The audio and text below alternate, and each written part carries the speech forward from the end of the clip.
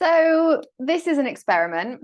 I am doing the Prune and Brune. It's going really well. The Prune and Bloom challenge, day 16, I think, as a video as well as an audio recording, which feels a bit weird because normally I really enjoy doing these recordings and I kind of feel like we're having a conversation. And today I can see myself while I'm doing this, but let's give it a go. Now, the reason I'm doing it in this format is because I did a live this morning inside our community. So if you're not inside the community, I definitely recommend joining. I'm going to be doing these little like 30-minute workshops, like micro workshops, and then Q&As afterwards on Mondays, Wednesdays, and Fridays in November. I am thinking about doing them on Instagram as well. I just find it's much more intimate when it's inside our community. When it's on Instagram, you know, it's just there's distractions. You can get random people joining the video and giving you their input, if you like, which is not so helpful. So today we're going to talk about getting back on track. Now, where this is pruning, the pruning part of it is this concept of balance. And I really want you to think about how whenever we want something to bloom, we need to make space for it. We need to prune. Like it just has to happen. And the best visual that I can give you for that, I think, is of seeds falling in a forest. Or if you've ever, if you look at the ground of the forest, you'll see there's like little saplings. They don't all make it. Just the big one that gets the light and gets the water and gets the nutrients, that's the one that makes it. So instead of feeling awfully sad for all of the other saplings that don't make it and the seeds that, they regenerate, right? They turn into mulch, they have a purpose. Let's focus on the fact that for that one thing to flourish, we need to prune the things around it. So if you have fallen off track with, so the good thing about the video is you can see Rita popping her head up. If you have fallen off track, we've talked about in an earlier Prune and Bloom training earlier this month about giving up, this idea of giving up and how we're just going to fail and then we're going to get back on track. So today I want to look at 3 ways that you can get back on track.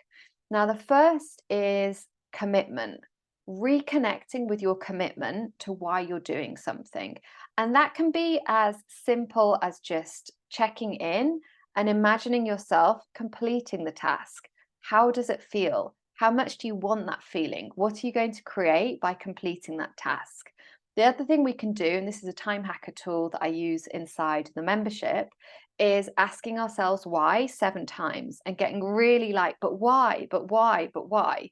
And if you can defend why you're doing something and get through those 7 whys, we know you really want to do it. You've done this work of building this muscle of commitment. So that's one place we want to go to, coming back to that commitment. The other thing we can do, so there's 3 things I'm going to mention to get you back on track today. So the second thing is check in with your fear. When we're not doing something, it's because our brain is scared of something else. Now, sometimes it's scared of what will happen after we do the thing. So its way of preventing us from doing that thing is to just like stay in procrastination. And that can even be, what happens if I win the award? You hear so many people talk about writing a book that becomes a bestseller, or bands like getting their record into the top 10, and that immense pressure of how on earth will I follow it up. Well, your brain's very clever strategy is just keep that thing as an abstract concept, and then we can talk about the thing that we're doing. We don't have to actually experience the failure of following up with it afterwards and the fear that we can't follow up.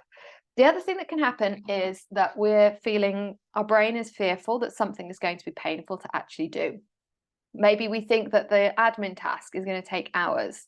It's going to be unpleasant. We're not going to enjoy it. We're going to have to talk to someone that makes us feel stupid. So we just want to check in with that fear instead of ignoring it. If we ignore it, it's like, the other good thing about video, you can have a look at my ceiling. So my 300-year-old house has not done very well with all of the rain. And the rain has come through the ceiling and we haven't ignored it, like we've been trying to fix it, but it's something that if we did ignore it and just didn't look in that corner, it would get worse and worse, and eventually my ceiling would collapse.